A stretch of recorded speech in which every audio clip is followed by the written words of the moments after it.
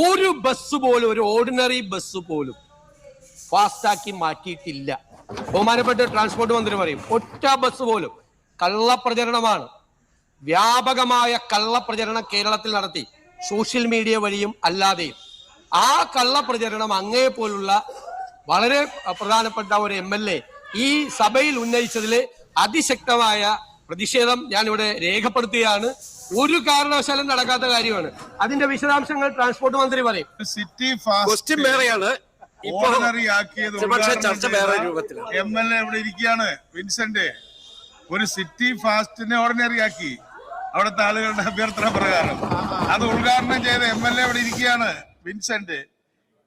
ഒരു ബസ് പോലും, ഒരു ഓർഡിനറി ബസ് പോലും ഫാസ്റ്റാക്കി മാറ്റിയിട്ടില്ല.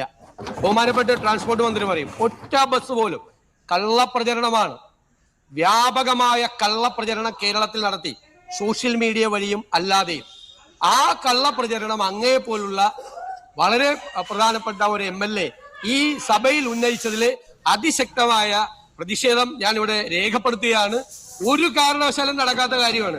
അതിന്റെ വിശദാംശങ്ങൾ ട്രാൻസ്പോർട്ട് മന്ത്രി പറയും. സിറ്റി ഫാസ്റ്റ് ഓർഡിനറി ആക്കിയത് MLA ഇവിടെ ഇരിക്കുകയാണ് വിൻസെന്റ്. ഒരു സിറ്റി ഫാസ്റ്റിനെ ഓർഡിനറി ആക്കി അവിടുത്തെ ആളുകളുടെ അഭ്യർത്ഥന പ്രകാരം. അത് ഉദ്ഘാടനം ചെയ്ത MLA ഇവിടെ ഇരിക്കുകയാണ് വിൻസെന്റ്.